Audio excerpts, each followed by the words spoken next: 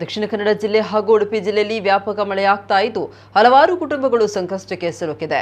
ಆದರೆ ಜಿಲ್ಲೆಯ ಉಸ್ತುವಾರಿ ಸಚಿವರು ಜಿಲ್ಲೆಯತ್ತ ಮುಖ ಮಾಡಿಲ್ಲ ಅಂತ ಉಡುಪಿಯ ಜನ ಆಕ್ರೋಶ ವ್ಯಕ್ತಪಡಿಸಿದ್ದಾರೆ. ಉಡುಪಿ ಜಿಲ್ಲೆಯಲ್ಲಿ ಇದುವರೆಗೆ ಮಳೆಯಿಂದ ಸುಮಾರು 58 ಕೋಟಿ ರೂಪಾಯಿಗಳಷ್ಟು ನಷ್ಟ ಉಂಟಾಗಿದ್ದು ಮೆಸ್ಕಾಂ ಇಲಾಖೆಗೆ ದೊಡ್ಡ ನಷ್ಟ ಉಂಟಾಗಿದೆ. ಇನ್ನು ನೆರೆಯಿಂದಾಗಿ ಹಲವಾರು ಜನರು ಸಂಕಷ್ಟಕ್ಕೆ ಸಿಲುಕಿದ್ದು ಸರ್ಕಾರದ ಸಹಾಯ ಹಸ್ತದ ನಿರೀಕ್ಷೆಯಲ್ಲಿ ಇದ್ದಾರೆ. ಆದರೆ ಜಿಲ್ಲಾ ಉಸ್ತುವಾರಿ ಸಚಿವೆ ಲಕ್ಷ್ಮೀ ಹೆಬ್ಬಾಳ್ಕರ್ ಮಾತ್ರ ಉಡುಪಿಯತ್ತ ಮುಖ ಮಾಡಿಲ್ಲ. ಬೇಸಿಗೆಯಲ್ಲಿ ಕುಡಿಯುವಂತಹ ನೀರಿನ ಸಮಸ್ಯೆ ಇದ್ದಾಗಲೂ ಕೂಡ ಜಿಲ್ಲೆಯ ಜನರ ಅಳಲು ಕೇಳಿಲ್ಲ. ಈಗ ಮಳೆಗಾಲದಲ್ಲಿ ಇಷ್ಟೊಂದು ಸಮಸ್ಯೆ ಉಂಟಾದರೂ ಕೂಡ ಜಿಲ್ಲೆಗೆ ಭೇಟಿ ನೀಡಿಲ್ಲ. ಹೀಗಾಗಿ ಗೋ ಬ್ಯಾಕ್ ಲಕ್ಷ್ಮೀ ಹೆಬ್ಬಾಳ್ಕರ್ ಅಭಿಯಾನವನ್ನ ಆರಂಭಿಸಲಾಗಿದೆ. ಎಲ್ಲಿದ್ದೀರಾ ಲಕ್ಷ್ಮಿ ಅಕ್ಕ ಅಂತ ಪ್ರಶ್ನೆ ಮಾಡಿದ ಜನರು ಸಾಮಾಜಿಕ ಜಾಲತಾಣದಲ್ಲಿ ಪೋಸ್ಟ್ ಹಾಕ್ತಾ ಇದ್ದಾರೆ.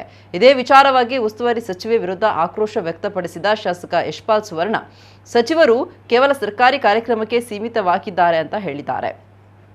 ಸ್ವಾತಂತ್ರ್ಯೋತ್ಸವ ರಾಜ್ಯೋತ್ಸವಕ್ಕೆ ಬಂದು ಹೋಗ್ತಾರೆ, ಮಂಗಳೂರಿಗೆ ಬಂದರೂ ಉಡುಪಿಗೆ ಬರೋದಿಲ್ಲ ಅಂದ್ರೆ ಇಂತಹ ಉಸ್ತುವಾರಿ ಸಚಿವರು ಯಾಕೆ ಬೇಕು ಅಂತ ಪ್ರಶ್ನೆ ಮಾಡಿದ್ದಾರೆ.